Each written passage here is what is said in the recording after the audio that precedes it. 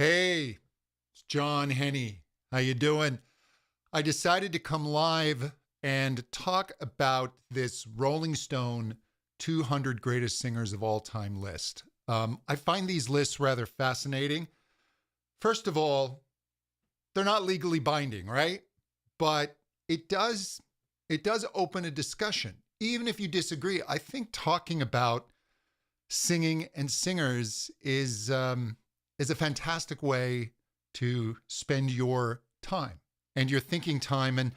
And also, I was thinking about singers that didn't make the list, and some of them really shock me. Now, I'm not going to argue who shouldn't be on the list because there are so many great singers on there. There are singers I haven't heard of. There are singers it may help me discover. And so I'm happy to do that. But there are some things that I found rather curious. Let me pull up my list here. You know, the first thing that I've noticed people discussing about this, people seem to be annoyed with how high Bob Dylan is on the list. He's number 15. Bob Dylan is a great singer. He really is. No, he's not. He's not Pavarotti. He's not Steve Perry. But Bob Dylan's impact to popular music is profound, and the way he delivers a vocal, I think, is really worth listening to. Amy Winehouse, she's at 83 and Adele's at 22. They are both great singers, but if you're going to put Adele that high, man, Amy should be higher. Amy is just someone who we unfortunately lost early, whose phrasing and musicality is, and her emotional attention to the music is profound. So I think Amy's a bit low. John Lennon scoring higher than Paul. Man, this opens up the whole John versus Paul debate. And man, I love John, but man, Paul's voice for me is really important because as a young child, it's really my first musical memory of just being absolutely absorbed by a voice. My dad had a old reel-to-reel player, right? It was tape that he would loop through, right? When we used to have the whole big stereo systems. And he had the Beatles' Help album. And I remember the night before coming on, and Paul's voice was just so thick and lush. I mean, I know now in retrospect it was double tracked, but doesn't matter. His voice was just so amazing to me, and I think he's so versatile. And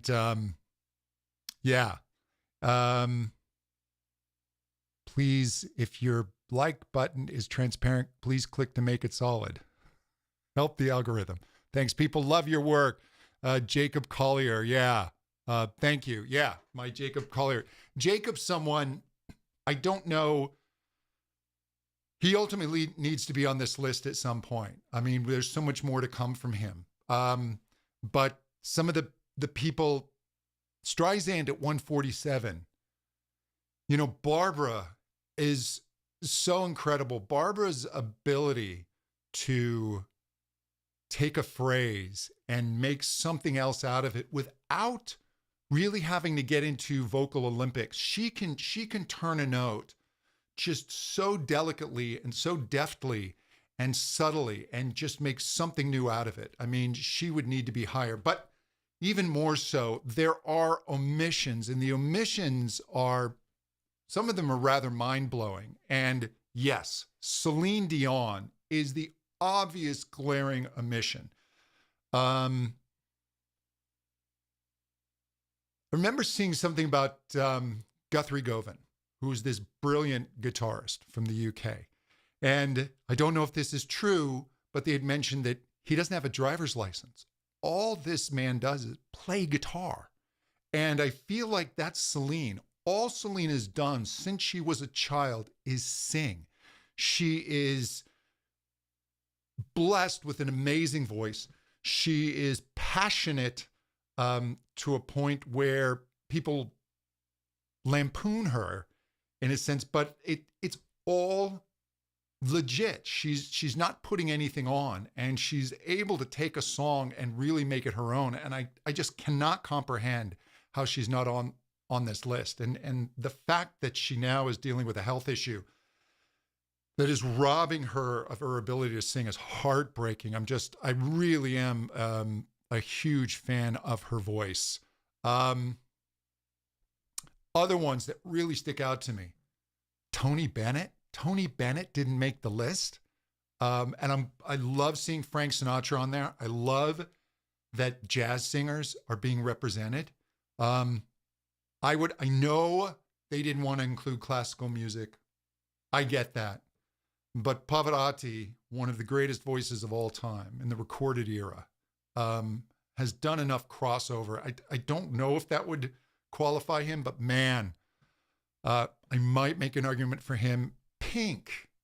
I mean, her performance at the Grammys, hanging upside down and being dunked into the water and spinning around, is just one of the best live TV performances I've ever seen. She's so badass and so vocally powerful. I don't understand leaving her out. Then we also have, let me make sure I'm still live here. Yeah, I am still live. Janet Jackson. I mean, one of the top dance artists. Her vocal on Rhythm Nation is just outstanding. Love Will Never Do is one of my favorite dance tracks.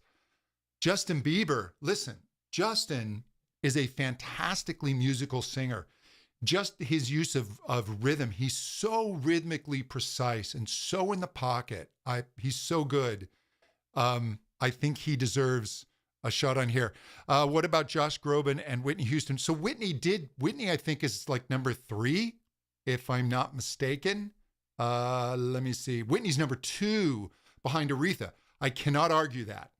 You know, you can't argue the top. Sam Cooke, Billie Holiday, Mariah Carey, Ray Charles, Stevie Wonder, Beyonce, Otis Redding, Al Green, Little Richard, John Lennon. This is the top 20. Patsy Cline, Freddie Mercury, Bob Dylan, Prince. I mean, I love seeing Prince there. Elvis Presley, Celia Cruz, Frank Sinatra, Marvin Gaye. All brilliant singers. But Josh Groban, yeah, Josh is a brilliant singer. I guess they might argue that he hasn't had enough influence in the pop music world. There are other great voices that I love that have replaced singers, you know, Arnel Pineda, looking at Adam Lambert. Oh God, Adam Lambert's so good, but I think they would argue that his solo stuff doesn't have the same impact as his singing with Queen. You have to include Madonna. Madonna was such a trailblazer.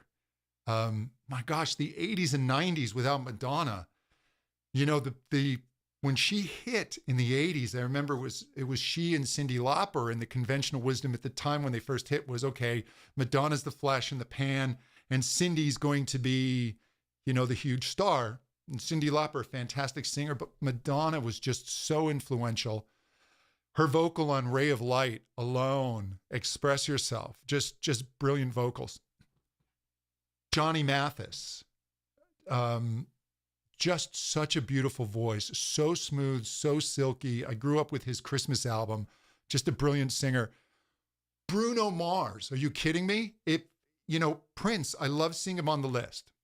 But if anybody is the current Prince, it's Bruno. Bruno is so immensely talented, so gifted, such a great performer, such a great singer, songwriter.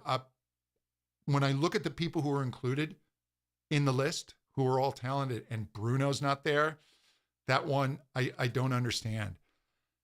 In terms of being an influential voice, being a recognizable voice that you know instantly it's them. Britney Spears. I mean, yeah, is Britney Spears Beyonce?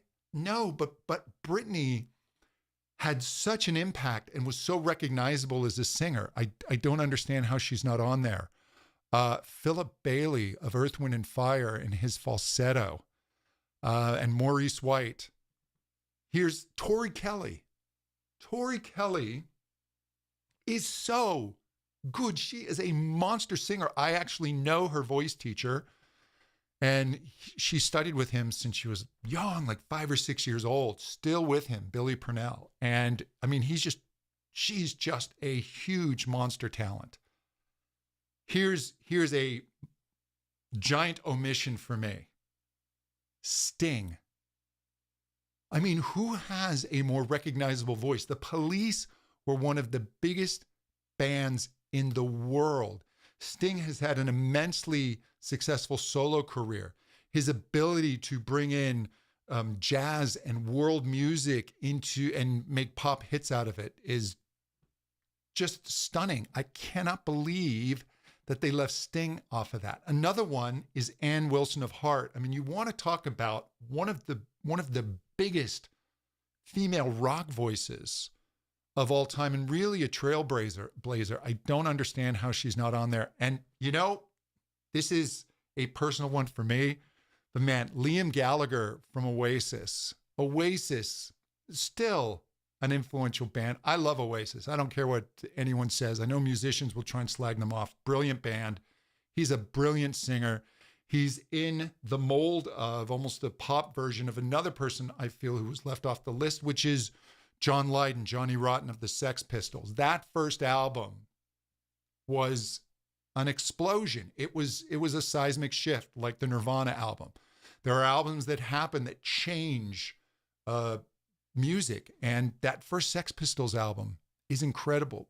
His vocal on the song Bodies, I've never heard an angrier vocal. I mean, that thing just absolutely sizzles. Incredible. Jennifer Hudson, Nat King Cole. I mean, an absolute trailblazer in his time. He was the first Black artist to have his own variety show. I mean, he really, really led the way, a jazz pianist who then turned to singing with just such a beautiful, unique, smoky voice. Neil Young, I think he was on the list they did years ago, the top 100. He's not on there. Listen to Harvest. Listen to that falsetto. Just beautiful. Tom Petty. I mean, Tom Petty is a great singer who's incredibly unique. Incredibly unique. Let me see who else we have. Steven Tyler of Aerosmith. I mean, one of the premier rock singers. Instantly recognizable voice. And one that I have to give a particular shout out, because I'm an old school Genesis fan. First of all, Phil Collins. How do you leave off Phil Collins? One of the biggest artists of the 80s and 90s, with a really recognizable voice, a voice so warm. I mean, he did develop a harsher sound as he went on, but if you go back to that early stuff, Follow You, Follow Me, I mean, that voice is just like, it's like getting a hug. It's just wonderful. But the one they leave off that really gets me, that they've left off, Peter Gabriel. I mean, Peter Gabriel, the way that he uses his voice is so unique. The way that Peter never uses vibrato, the way that he has that husk in his voice and that almost rasp, but then it cleans up as he goes higher. He's got an incredible range. He still sings well in his 70s. He hasn't lost his voice. Just a remarkable, remarkable voice. And then Christine McVie. You know, we just lost her, Fleetwood Mac, and I know that she was overshadowed by Stevie Nicks, but listen to Songbird. Listen to how delicate her voice is. And just never pushes, never shows any strain, never works. The voice just flows out of her. She sings so well that the voice is almost overlooked. Yeah, uniqueness matters a lot. It really does, at least as much as raw technique. And look, technique, I'm a technical voice coach. So I teach people technique all day long, but I love non-technical singers. You know, I love Joe Cocker, who was left off the list. David Lee Roth was left off the list. And David Lee Roth, look, you have your David Lee Roth fans and you have your David Lee Roth haters, but man, he took a band with a virtuoso guitarist that could have, I think in some ways, gotten just caught up in their musicianship and just really been like a dude band where, you know, everybody in the audience is just a guy watching the virtuosity. And he just turned them into a fun rock and roll party band that still had that virtuosity going on underneath it. And he just had such a swagger in that Van Halen material. And then even, you know, his solo stuff, his version of Just a Gigolo, man, that stuff, it just grooves so hard. I mean, such a great band. I believe that was John Robinson on drums, and California Girls. And he's just a great sense of humor, great stage presence. Very distinctive scream. Yeah. David Byrne and Talking Heads. I mean, there's a unique voice. Elvis Costello. These are profoundly unique voices. I'll even go really old school, you know, prog rock, as they call it now, kind of gets slagged off. But John Anderson of Yes, I mean, this man sang comfortably in the range of like a female alto, almost mezzo, just this high ethereal voice that was so perfectly suited to the music and the vocal arrangements that I think leaving him off is a mistake. Sly Stone, you know, just a pioneer. And Jim Morrison, I think I said Jeff Lynne of ELO. Jeff Lynne's a genius. You listen to that old ELO stuff and just the way the songs he wrote, his production, and the way he made his voice just work within a song. It wasn't a voice that hit you in the face, but it's an important voice. And one of my all-time favorite singers, who I will argue is one of the most underrated singers, is Roland Orzabal of Tears for Fears. Roland is such a great singer. He brings that just rich, deep baritone voice but he can still sail up into his upper registers, an incredible falsetto. Just such an influential band through the 80s. The Sowing the Seeds of Love album, Songs from the Big Chair. These are brilliant, brilliant, brilliant albums. Great vocals. He did the album Elemental, that was kind of a solo project, but still under Tears for Fears, is one of my favorite vocal performances ever. I mean, I get absolutely inspired every time I listen to it. So these artists, who else did they leave off? Frankie Valli, Tom Waits, Paul Simon, Art Garfunkel. Art Garfunkel. Just what a beautiful voice. Even Sinead OConnor. And I know people have kind of forgotten Sinead, but man, when she came on, just even her version of Nothing Compares to You, I think cements her place in just an absolute beautiful vocal. Her debut album is so good. So yeah, those are my omissions right there. I can't argue who I would remove. You know, I don't know if that's fair, but I feel that some really, really good singers were missed out on. And I'm sure you have some famous favorites. Lane Staley was omitted. I mean, here's somebody whose control of his distortion was just so wonderful that he almost used it as like a guitarist uses overdrive, just on the verge of breakup, and then he could lean into a little bit, but it was never out and out full-blown distortion. Speaking of that, I think they left off Bon Scott, AC/DC. I mean, they left off some incredible singers. So Karen Carpenter did make the list. And Karen Carpenter, she should have been higher than she was. I did a reaction video of Karen, and I made the comment that I felt she was an underrated singer. And somehow there were certain fans of Karen that thought that was a diss. And I stand by that. She's better than people remember. You know, the hardcore fans, they know how brilliant she was, but she was so good, and I don't think she truly gets her due. Judy Garland, I'm not sure if Judy is on there.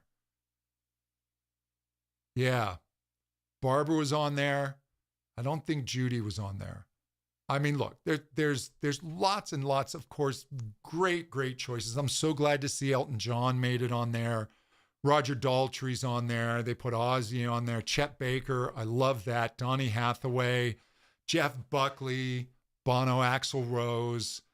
I mean, there's Michael Stipe made it. Brian Ferry made it, which I love. But if Brian Ferry made it, shouldn't Peter Gabriel have made it? I mean, didn't Peter make at least as profound an impact? So, yeah, it's a funny list. I love that Iggy Pop's on there. Chris Stapleton, love it. You know, Kelly Clarkson's on there, which is great. But if Kelly Clarkson is on there, Celine is not. I'm not comprehending that choice. And Kelly Clarkson is a brilliant singer. She's absolutely great. But I think one of the things they did is this time around, they didn't include musicians in their in the voting. And I think they felt that musicians were bringing up too many classic artists. But, you know, classic artists are classic for a reason. There are people within each era that transcend that era and last. You know, there's a reason that we still talk about the Beatles, that we still talk about Little Richard, that we still talk about Elvis and B.B. King, right? These are artists that transcend their period and that generations rediscover. The Who. You know, that's why the Doors, Jim Morrison's not on there. I mean, Jim was so different in his singing and so different in his delivery and really kind of a archetype of a rock star, if you will, for better or worse. And yeah, it just really, really surprises me. So I'm sure that you have, again, your favorites, people that didn't make it. But it's a good read. It's a good list to go through.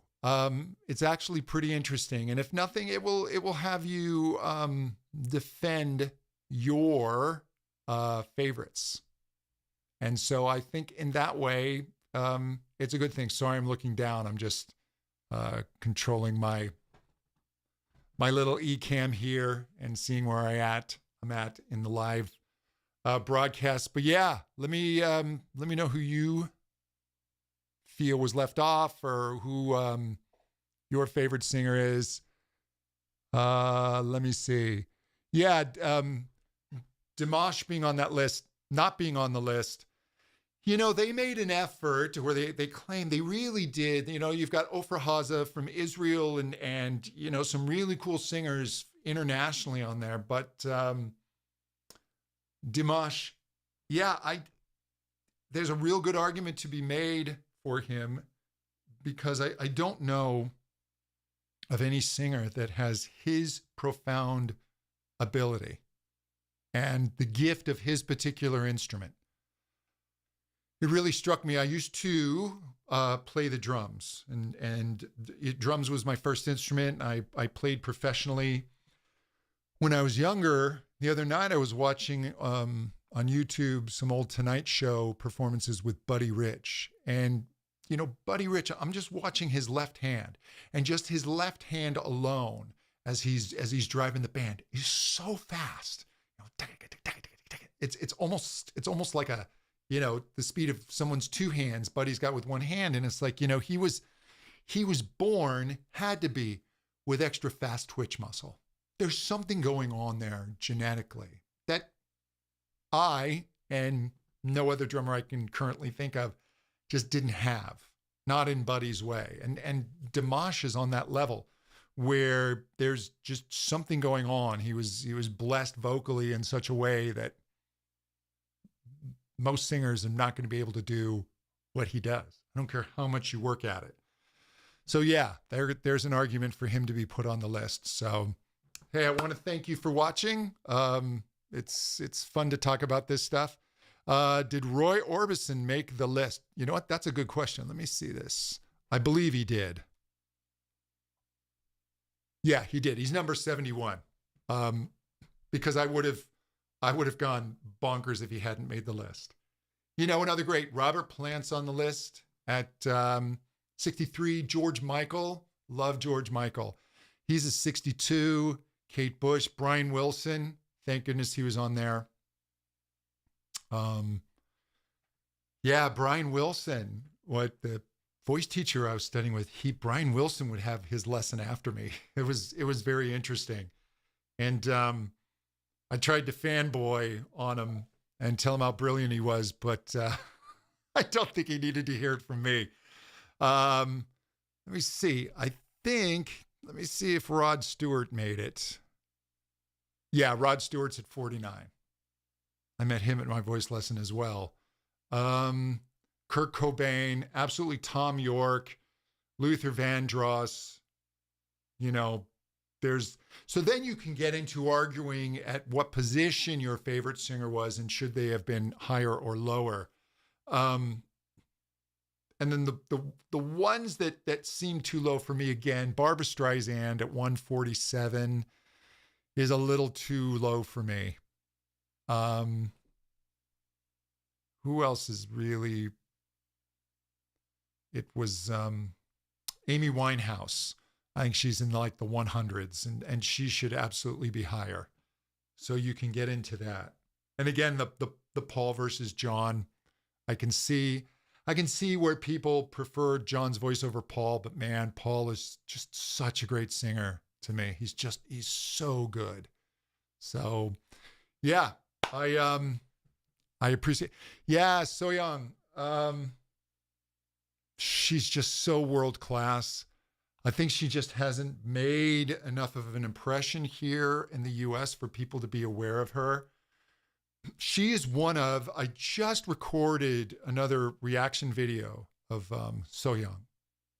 And I hadn't done one for a while, man, because some of those shows that she's been on, they will, they'll give you copyright strikes, but I'm taking the chance because she's one of my absolute favorite singers. My gosh, she just tears it up. Yeah, Sarah Brightman, just a great expressive singer. They didn't put very many musical theater people on there, although she has crossed over. No, I don't think David from Disturbed made it, now that you mention it. Yeah, there's a lot of people not on this list. Again, so then the question becomes, who do we take off the list to put them on, right? Is 200 enough? And again, these lists aren't legally binding. So it's no harm done to the person's career. It's more just for the fun of anything that opens up discussions of singing. I'm all for it. You know, and defending your favorite singer, I think it's a wonderful exercise to really think about why you really enjoy a singer and to make arguments about that and defend that singer. I don't think we can listen to great music deeply enough. There's always more to discover. There's always more to discover in great vocals. So, but yeah, there's a number of people they have left off. Hey everyone, thank you so much for joining me on this, and look for more reaction videos and instructional videos soon. And if you haven't checked it out, check out my Intelligent Vocalist podcast. I really get into the mechanics of the voice and how it all works. So if you're into singing, I think you'll find it interesting. So we'll talk soon.